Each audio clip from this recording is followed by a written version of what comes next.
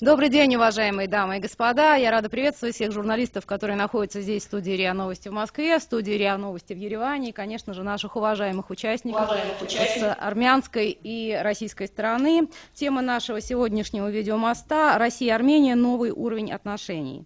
Мероприятие организовано в рамках Кавказской международной научно-практической конференции «Проблемы безопасности и информационного сотрудничества на Южном Кавказе», которая вот в эти дни проходит в Ереване. Мне кажется, что действительно достаточно динамично развиваются события. Мне не кажется, что событием является, точнее, конечно, визит президента Медведева в Ереван и подписание договора является событием, но оно как бы не висит в воздухе. Это просто произошла катализация некоторых вещей, которые привели к тому, что армяно-российские отношения, не только, но армяно-российские отношения развиваются сейчас несколько другими темпами, чем это было раньше. Катализация – это, пожалуй, что включает в себя все то, что проходило последние 2 года в нашем регионе и вокруг него. Это прежде всего, конечно же, 5-дневная война и то, что происходит после нее, она не имеет прямого отношения к Армении, но понятно, что эта война изменила очень многие параметры региона. Просто вот если говорить о России, предположим, да, и российской политике по отношению к Южному Кавказу, то раньше был формат, если говорить о признанных странах, 3 стран. А сейчас российско-грузинские отношения, ибо отсутствие дипломатических отношений – это тоже вид отношений, конфликт – это тоже вид отношений. Это нечто другое, нечто отдельное. Изменился сам формат региона. Второе событие, которое мне кажется важным, или процесс, который мне кажется важным, это провалившийся или как минимум замороженный армяно-турецкий процесс. То есть процесс попытки изменение формата армяно-турецких отношений, то есть открытие границ и установление дипломатических отношений, который длился какое-то время, и, повторюсь, он как минимум заморожен, если не сказать больше, и в то же время есть процесс российско-турецких отношений, который отдельно от этого процесса стоит, и он имеет отношение больше к энергетике и к коммуникационным проектам, но это тоже меняет формат вокруг нашего региона, и то, что Россия и Армения теперь решили определяться и каким-то образом, как минимум выказывать, показывать, если не усиливать формат взаимоотношений друг с другом, это связано со всей этой логикой, что, повторюсь, катализировалось и стало видимым с визитом президента Медведева. Действительно, за последние годы на Южном Кавказе произошли те события, о которых говорилось. Я хотел бы единственное сказать, что, конечно, Россия заинтересована в стабильности на Южном Кавказе, потому что, в конце концов, мы имеем общую границу по Северному Кавказу. И например, сегодня в Грузии, вы знаете, находится генеральный секретарь НАТО, который там открывает представительство, во-первых, НАТО, и, во-вторых, делает ряд заявлений таких для грузинской стороны многообещающих в плане возможности когда вступления в НАТО. Да? При этом мы учитываем, что та же Грузия, она граничит с Северным Кавказом, в смысле, очень непростая ситуация. И я периодически говорил о том, что грузинское руководство пытается в идеологическом плане влиять на Северный Кавказ. С этой целью запускается и первый, если не ошибаюсь, он называется у них всеобщий кавказский телеканал, правда, он сейчас в интернет-издании, да, как интернет-издание выходит, так? То есть он для нас это проблема, в общем-то. И в этом плане, конечно, приобретает особую важность наши отношения с Арменией. Я вообще хотел бы сказать, Армения – это единственное государство на постсоветском пространстве, где кроме нашей военной базы больше никаких военных баз не существует. Я имею в виду военные базы, а не отдельные военные объекты.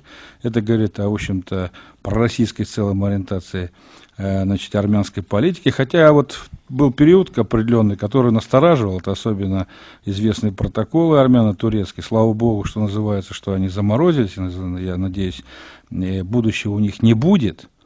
потому что при всем том я считаю, что если бы эти протоколы были реализованы, то это было бы не в пользу Российской Федерации. Это было бы некое открытие таких ворот для Турции в целом на Кавказ. Если сейчас у турок есть проблемы в отношении с Арменией, а нет проблем с Грузией и Азербайджаном, то тогда, получалось бы, Южный Кавказ мог бы со временем оказаться под серьезнейшим влиянием со стороны Турции, которая бы использовала Южный Кавказ, в том числе как возможность транзита, значит, целого ряда углеводородного сырья из Центральной Азии с учетом также своих интересов, а со временем, я думаю, было бы предпринято очень серьезное военно-политическое вытеснение России из Армении. Поэтому вот это соглашение по нашей базе, пролонгация на еще дополнительно 25 лет, она дает нам право, в общем-то, для очень тесного развития отношений с Арменией. Несмотря на те фанфары, которые звучат после визита президента российского в Ереван, о чем только что мы говорили, на самом деле проблем в наших отношениях довольно много. И я бы тут выделил 3 таких основных вызова, которые касаются и России на самом деле, и Армении. Ну, первый вызов – это вызов Азербайджаном, потому что мы не можем игнорировать тематику, естественно, российско-московско-бакинских отношений, когда мы говорим про этот регион. Ситуация заключается в том, что в последние годы Баку очень сильно и резко наращивали добычу нефти. По некоторым годам рост превышал 40%, и даже по этому параметру Азербайджан входил в тройку лидеров, я имею в виду по темпам прироста добычи нефти. И, естественно, все это не бесконечно, и сейчас будет запущена вторая очередь проекта Шах-Денис по газу, и, соответственно, ожидается 2014-2016 год, сильный рост добычи газа, но, тем не менее, ресурсная база Азербайджана, она тоже ограничена, поэтому, вот, по моим оценкам, порядка 10 лет достаточно точных ждут Баку, но за эти 10 лет, естественно, задача Баку решить в том числе и проблему Нагорного Карабаха, и, безусловно, эта тематика будет звучать.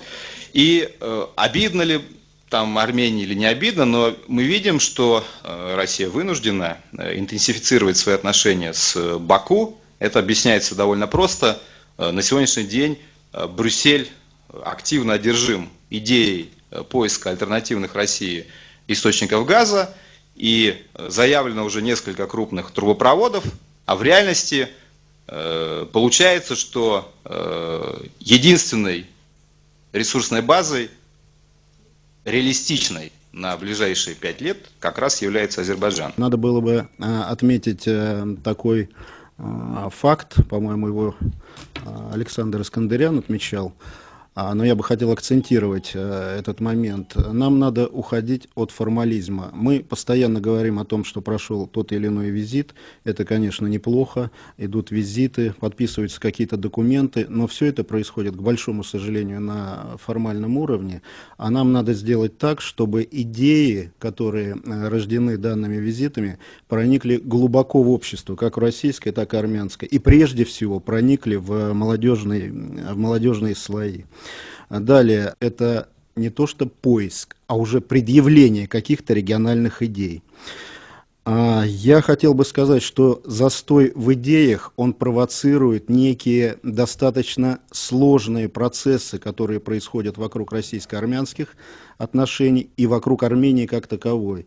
Я бы не хотел сбрасывать, как это легко делают многие наблюдатели, журналисты, со счетов создания таких союзов, может быть, это блок будет в дальнейшем, как, например, конфедерация Грузии с Азербайджаном. Да, это может ни во что не вылиться серьезно, но рано или поздно, если Россия не будет предъявлять каких-то конкретных идей по всему спектру вопросов, о которых здесь говорили, блоки будут более многочисленные, и они будут более серьезные, с более серьезной военной и экономической базой. Также хотел бы отметить, что достаточно много союзов и различных партнерств на данный момент существует, в которых состоят как Россия, так и Армения. Хотелось бы, на мой взгляд, иметь один, но крайне действенный блок вместо всего этого спектра блоков, которые имеются на данный момент. Подчеркиваю, это неплохо, это говорит о каком-то движении, но все-таки один действенный блок хотелось бы иметь. В конце концов, это не атомная станция, где все 4 или 6 блоков работают, и вообще атомная тематика, так в кавычках, она опасна для Кавказа. Поэтому один блок, но действенный. Далее, наблюдатели очень часто, говоря об Армении и о российско-армянских отношениях, говорят так: ну зачем Москве вообще Ереван, зачем Армения? Она непонятно где находится, не имеет сырья и так далее. Ну, я бы хотел... Это вообще вызывает улыбку, честно говоря, вот такая квалификация. Я бы хотел сказать о том, что в эпоху глобализации вообще нет медвежьих углов на планете. Нам надо вообще понять, Россия и Армения, а что будет завтра и послезавтра. То есть не мы, не наше партнерство российско-армянское должно, я, извините, применю такое выражение, заносить хвосты за чьей-то стратегией. Мы сами должны формировать стратегию, и тогда пусть за ней, за этой стратегией, за нашей, кто-то уже заносит хвосты. То есть мы должны возглавить этот процесс по выработке какой-то новой стратегии на Кавказе в целом. Это и есть вопрос, на мой взгляд, ключевой вопрос региональной безопасности.